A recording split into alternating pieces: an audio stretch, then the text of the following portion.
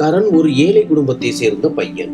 அவன் 70 வயது பணக்கார பெண்ணை திருமணம் செய்து கொண்டான். ஆனால் 7 நாட்களுக்கு பிறகு அவன் முதலிரவுக்காக அந்த 70 வயது மனைவியின் அறைக்கு சென்ற போது அவளை பார்த்து அதிர்ந்தான். ஏனென்றால் அந்த வயதான பெண்ணின் தோற்றம் அப்படி இருந்தது. 18 வயதில் கூட கிடைக்காத அந்த சுறுசுறுப்பும் உடலும் அவளிடம் இருந்தது. ஆனால் கரண் அவளுடன் என்ன செய்தான் என்பதை யாராலும் நினைத்து கூட பார்க்க முடியாது.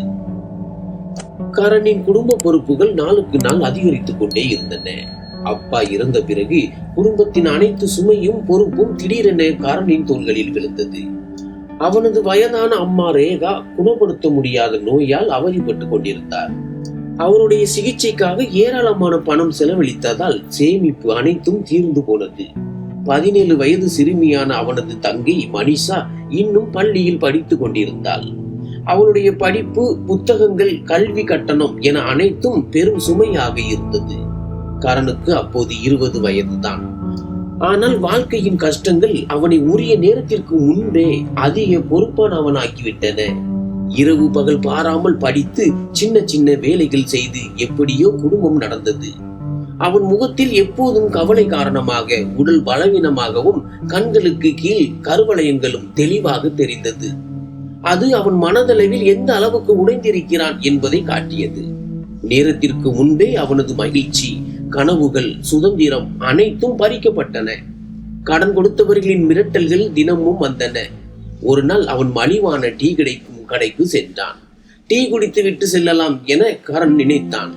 அவன் பையில் இருந்த பணத்தை எடுத்து எண்ண தொடங்கினான்.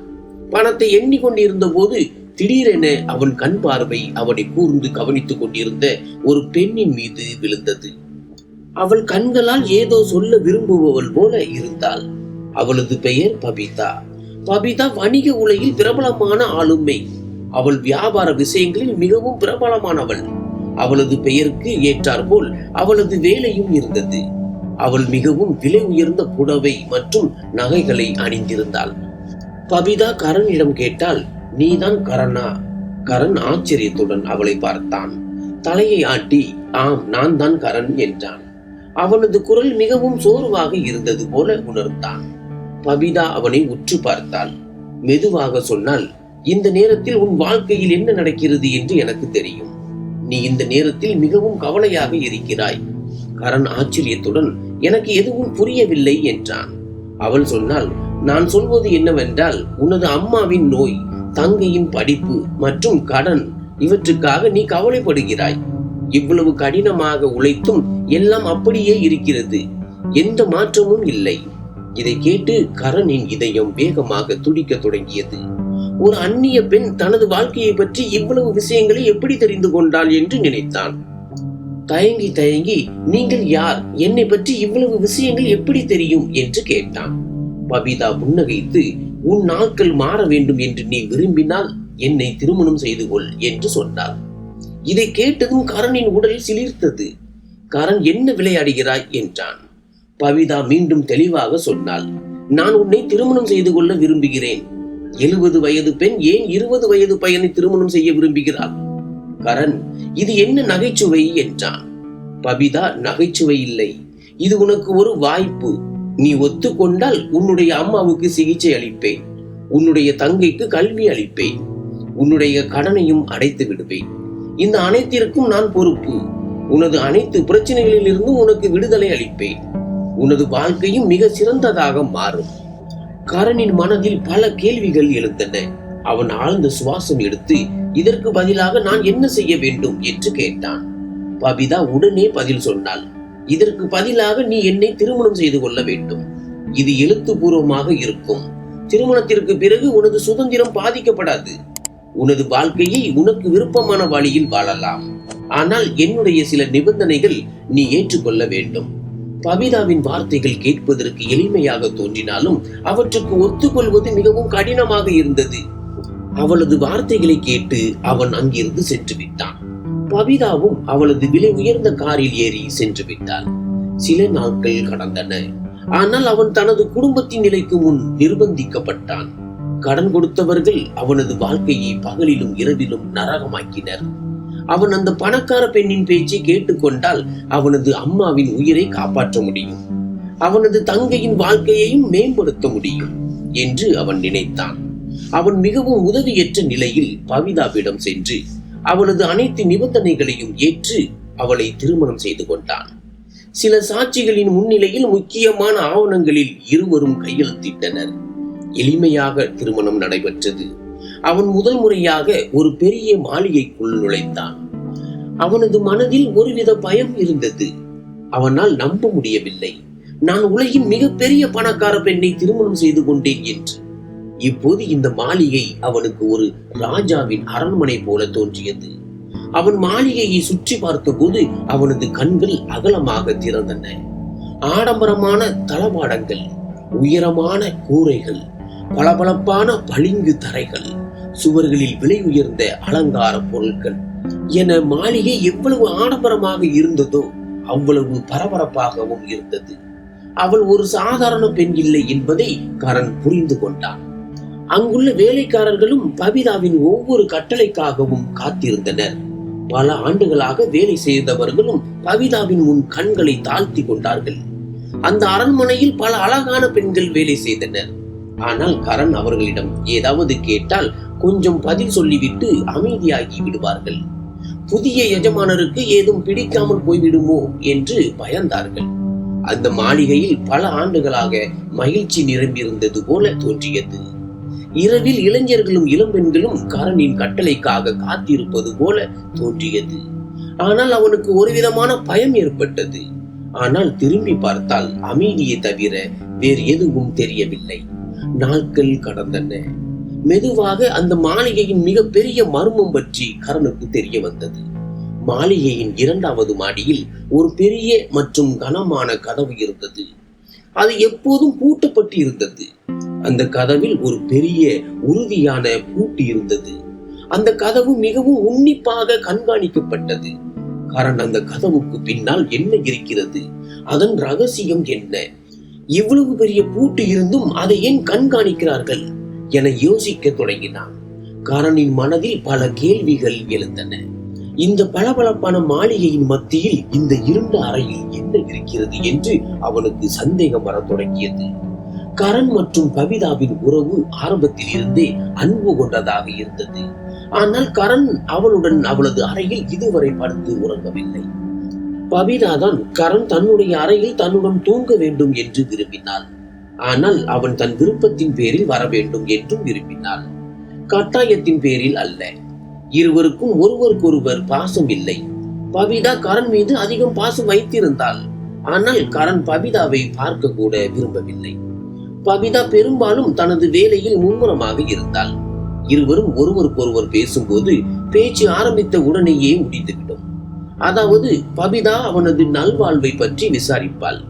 ஆனால் கரண் அவசியமான விஷயம் இருந்தால் மட்டுமே பேசுவான்.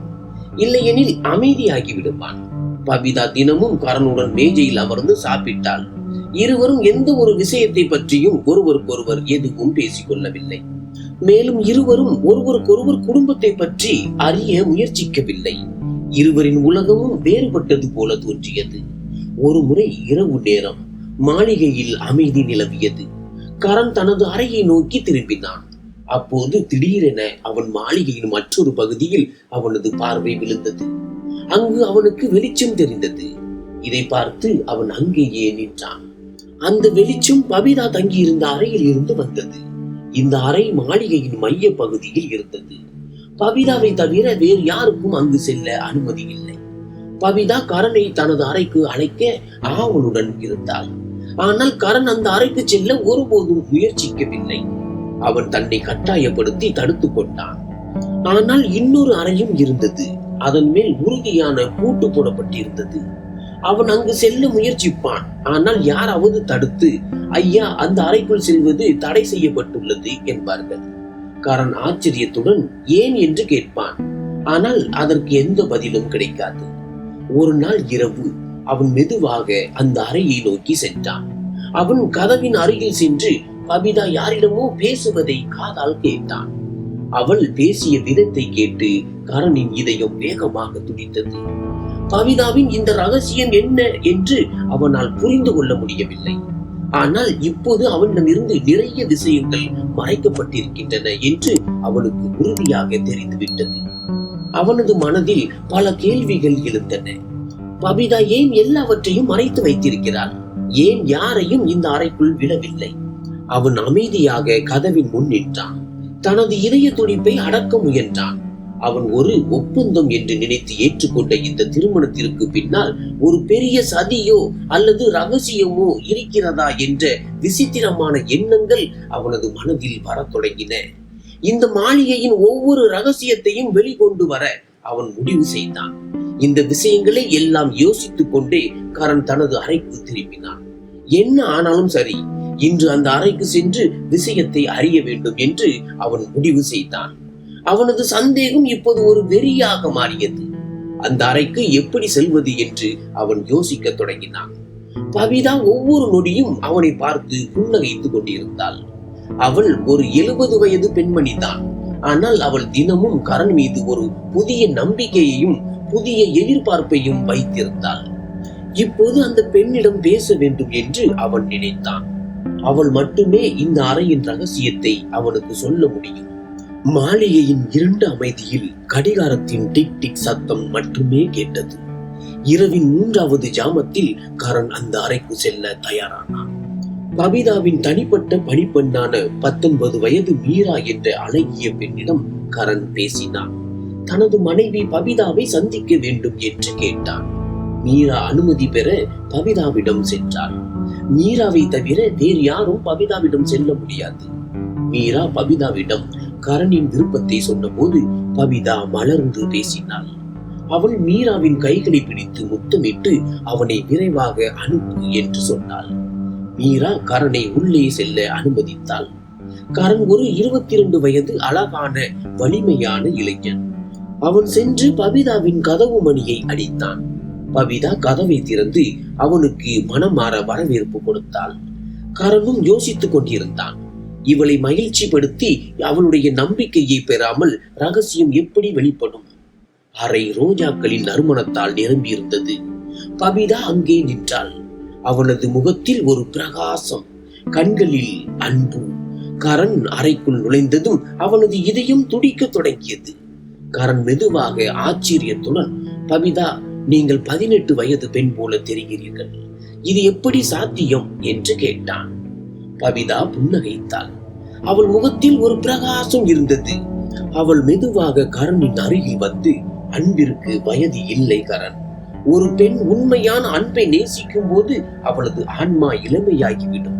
உன்னை நான் என் சொத்து மற்றும் மாளிகையின் வாரிசாக மட்டும் ஆக்கவில்லை, நீ என் இதயத்திற்கும் உரிமையாளர் என்றார்.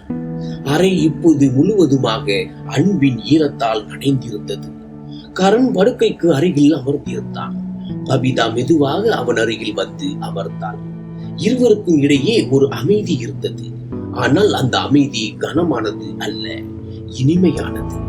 கரண், பபிதா, இன்று நான் உங்களுடையவன் மட்டுமே என்றான். பபிதாவின் கண்களில் மெல்லிய நீர் இருந்தது. அவள் உதடுகளில் அன்பு. இந்த அன்புக்காக நான் நிறைய இழந்தேன். இளமை போய்விட்டது, உறவுகளும் போய்விட்டன, ஆனால் இதயம் இன்றும் துடிக்கிறது என்றார். அந்த இரவு மாளிகையின் மிக உயிரோட்டமான இரவாக மாறியது. அது முதலிரவு அல்ல, ஒரு புயலான காதலின் கதையாக மாறியது. காலை விடிந்ததும் பணிப்பெண்களும் ரகசியம் பேசத் தொடங்கினர். இன்று நமது எஜமானி இளமையின் எடுத்துக்காட்டாக மாறிவிட்டாள். இப்போது எஜமானரும் காதலுக்கு அடிமையாகிவிட்டார். அந்த அறையில் என்ன இருக்கும்? என்ன ஆழமான ரகசியம் மறைந்திருந்தது என்று கரண் ஒவ்வொரு நொடியும் யோசித்துக் கொண்டிருந்தான். கரண் அங்கு சென்று பார்த்தபோது கதவு பாதி திறந்திருந்தது. இதை கண்டு அவனது இதயம் வேகமாக துடிக்க தொடங்கியது. கரண் தைரியமாக கதவை திறந்து அறைக்குள் அடியெடுத்து வைத்தான். அறையில் மங்கலான வெளிச்சம் இருந்தது. அறையில் இருந்த பொருட்கள் மிகவும் பழமையானவை. அறையின் மறுபுறம் ஒரு பெரிய மர அலமாரி இருந்தது. அதில் பல கோப்புகள் வைக்கப்பட்டிருந்தன. அதை பார்த்து அவன் ஆச்சரியப்பட்டான். அப்போது அவனது கவனம் அதன் அருகில் இருந்த மேசை மீது விழுந்தது. அவன் மெதுவாக அதன் அருகில் சென்றான்.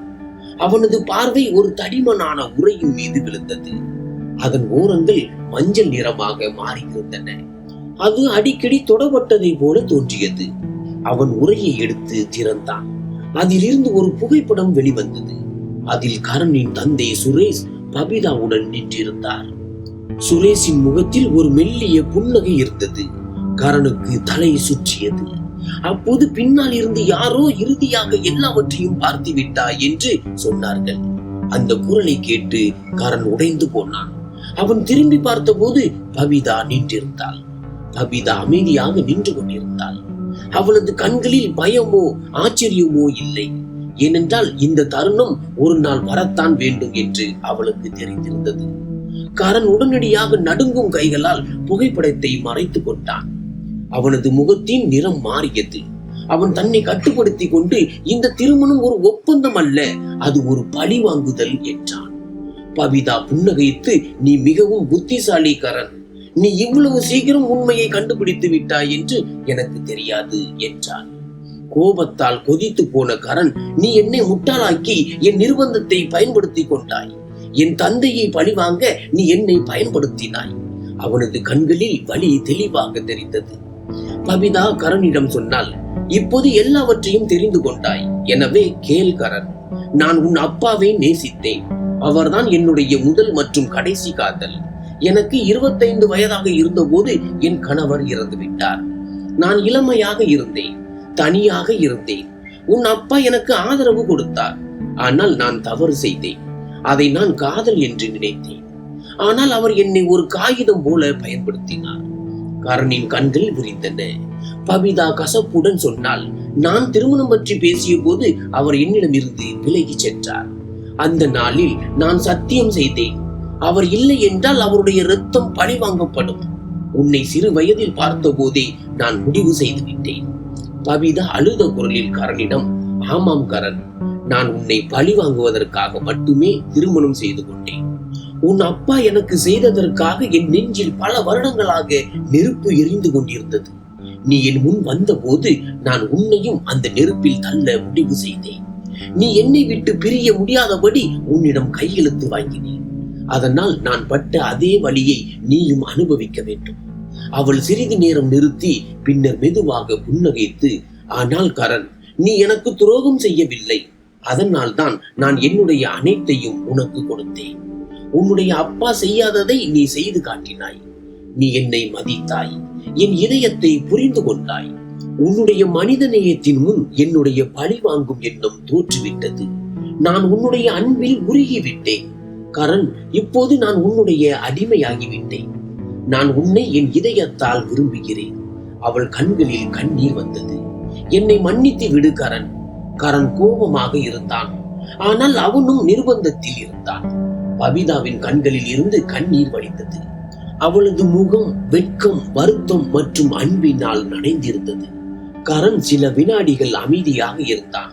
அவனது கண்களில் பபிதாவின் மீதான கோபத்திற்கு பதிலாக ஈரமான அன்பு இருந்தது.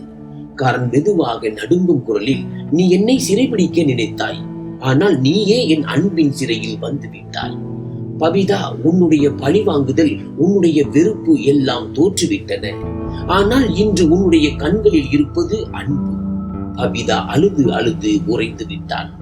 கரண் மெதுவாக, நான் உன்னை மன்னிக்கிறேன். ஏனென்றால் உன்னுடைய இதயம் இப்போது சுத்தமாக இருக்கிறது என்றான். அவன் அந்த மாளிகையில் ஒரு ராஜாவை போல வாழத் தொடங்கினான்.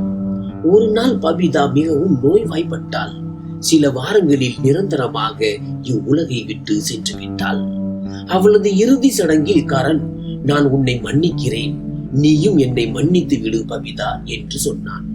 கதை இங்கே முடிவடையவில்லை. பபிதாவின் 19 வயது பணிப்பெண்ணான மீரா அமைதியாக கரனுக்கு சேவை செய்தாள்.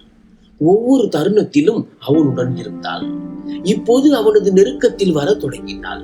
மெதுவாக இருவரின் உறவும் நிழல்களில் இருந்து வெளிச்சத்திற்கு வந்தது.